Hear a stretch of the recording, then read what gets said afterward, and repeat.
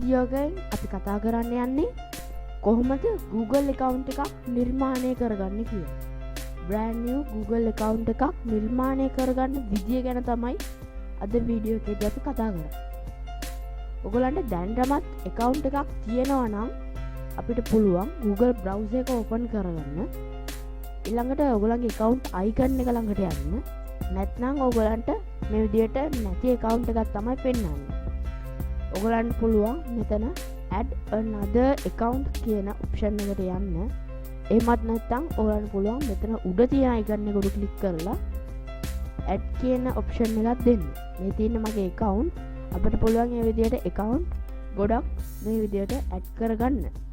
අපි මෙතන add කියන option එක දුන්නාට පස්සේ මේ විදියට අපේ වෙනම අලුත් browser එකක් open වෙනවා. මේ විදියට අපිට පුළුවන් මේක sign in වෙන්නත් නැත්නම් normal account එකක් විදියට sign නොවි යන්නත් පුළුවන්.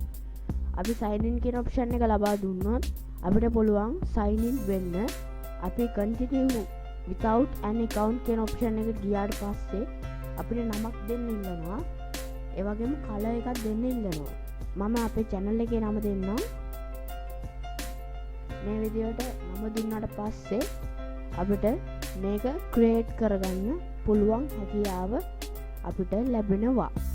එහෙමත් නැත්නම් ඔයගලන්ට පුළුවන් මම කිව්වා වගේ sign in option එකට ගිහිල්ලා sign in වෙන්න. අපි මේ option එක ක්ලික් කරාට පස්සේ අපිව මේ විදියට අලුත් Google interface එකට බලා ගන්න පුළුවන්. ඔයගලන්ට පුළුවන් මෙතනින් language එකක් වෙනස් කරගන්න. මම දැනට language එක English වලට තියාගන්නම්. ඊළඟට මේ විදියට තමයි ඉන්ටර්ෆේස් එක බලා ගන්න පුළුවන් වෙන්නේ. ඔයගලන්ට දැනටමත් ඊමේල් එකක් තියෙනවා නම් ඔයගලන්ට පුළුවන් මෙතන ඊමේල් or phone කියන තැන ඊමේල් එක ලබා දෙන්න. ඔයාලට ඊමේල් එකක් නැත්නම් මෙතන යට පේනවා ඇති create account කියන option එකට ගියාට පස්සේ අපිට මේ විදියට ටිකක් load වෙනවා. අපිට පුළුවන් මේ විදියට first name එක මේ විස්තර ටික අපි පුරවගෙන යමු.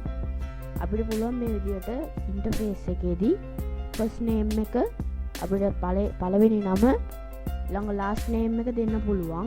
ඒ වගේම username එක @gmail.com කියන එකට කලින් දෙන username එකක් තමයි අපි මෙතනදී දෙන්න ඕන. අපේ first name එකට අදාළ username එකක් තමයි මෙතනට දෙන්න ඕන. ඒ වගේම password එකක් දෙන්න ඕනේ. මේක අකුරු ඉලක්කම් 8කට වැඩිය තියෙන්න ඕනේ. ඊළඟට මේ ඔක්කොම කරගත්තට පස්සේ ඔයගලන්ට පුළුවන් next කියන option එක ලබා දෙන්න. මම දැන් මේවා ටික පුරව ගන්නවා. හරි. අපි මේ විදිහට සියලුම දේවල් fill කරගත්තට පස්සේ අපිගේ phone number එකක් verify කරගන්න මේගොල්ලෝ මෙතනදී ඉල්ලනවා. ඒ කියන්නේ අපේ තියෙන phone number එකක් මෙතනදී verify කරගන්න ඕනේ. ඒකට අපි මෙතන අපේ nationality එක දෙන්න ඕනේ ශ්‍රී ලංකා කියලා. ශ්‍රී ලංකා කියලා දුන්නාට පස්සේ අපේ phone number එක මෙතනට ඇතුළත් කරන්න ඕනේ. හරි. අපි මේ විදිහට අපේ phone number එක add කරගත්තට පස්සේ අපේ phone number එකට verification code එකක් එනවා Google හරහා. අපිට පුළුවන් ඒ code එක මෙතනට ඇතුළත් කරන්න. මම දැන් මගේ phone එකට ආපු Google code එක මේ විදිහට ඇතුළත් කරගන්නවා. අපිට නැත්තම් පුළුවන් call එකක් මාර්ගෙනොත් මේ code එක ගෙන්න ගන්න. ඊළඟට මෙතන verify කියන option එකට යන්න. ඊළඟට අපිට මෙතනදී තවත් විස්තර ටිකක් fill කරන්න තියෙනවා. අපිට තවත් email address එකක් ඕන නම් මෙතනට account එකේ ආරක්ෂාව සඳහා add කරගන්න පුළුවන්. ඒ වගේම day birthdays, ඒ වගේම male ද female ද කියලා මෙතනදී අපිට ඇතුළත් කරගන්න පුළුවන්. මේ විදිහට date එක, month එක, year එක, birthday එක දාලා අපිට පුළුවන් next කියන option එක දෙන්න. මම මේ විදිහට අපේ තොරතුරු ටික ඇතුළත් කරගන්නවා.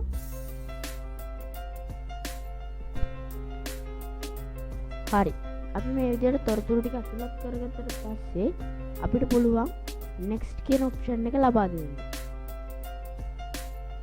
හරි. දැන් අපි සියලුම වැඩ වගේ ඉවර කරලායි තියෙන්නේ.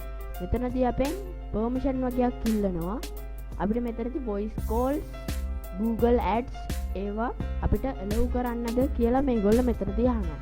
අපිට පුළුවන් මෙතන yes I am in කියන option එක හරි skip කියන option එක හරි දෙන්න. මම මෙතනදී skip කරනවා. ඊළඟට අපේ අවසාන පියවරට මේ විදිහට අවිල්ලා තින්නේ මේගොල්ලන්ගේ terms and conditions අපි මේ වලට agree කරන්න ඕනේ.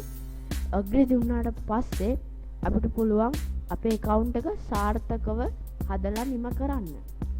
එතකොට මේ මුළු කම්පියුටර් එකම රිෆ්‍රෙෂ් වෙනවා ඔයගලන්ට බලා ගන්න පුළුවන්. ඊළඟට අපි මේව කරගත්තට පස්සේ turn on sign කියලා අපිට මෙතනදී මැටෙනවා අපිට බලා ගන්න පුළුවන්. අපිට මේ විදිහට මෙතනදී හරි ඒ විදිහට අපි sign කරගත්තට පස්සේ අපේ ඉන්ටර්ෆේස් එක මේ විදිහට බලා ගන්න පුළුවන්. අපේ Gmail එක මෙතනින් තියෙනවා. ඒ වගේම අපිට මෙතන පිච් එකක් ඇඩ් කරගන්නත් පුළුවන්. අපි දැන් බලමු මේකට theme එකක් Chrome theme එකක් ඇඩ් කරගන්නේ කොහොමද කියලා. ඔයගොල්ලන් මෙන්න මෙතන යට customize Chrome කියලා option එකක් තියෙනවා. ඒකට ගියාට පස්සේ මේ විදිහට අපිට බලා ගන්න පුළුවන් විවිධ ආකාරයේ wallpaper. ඔයගොල්ලන් කැමති wallpaper එකක් මෙතනට ඇතුළත් කරගන්න පුළුවන්. මේ විදිහට තියෙනවා. මම දැන්ට ලස්සන wallpaper එකක් ඇඩ් කරගන්නවා.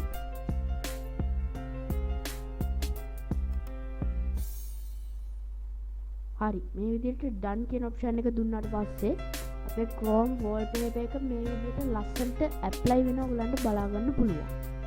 දැන් අපි බලමු කොහොමද pitch එකක් එහෙම නැත්නම් logo එකක් මේකට add කරගන්න කියලා. මේ විදිහට අපේ account icon එක ළඟට ආවට පස්සේ උතර camera button එකක් තියෙනවා ඔයගලන්ට බලා ගන්න පුළුවන්.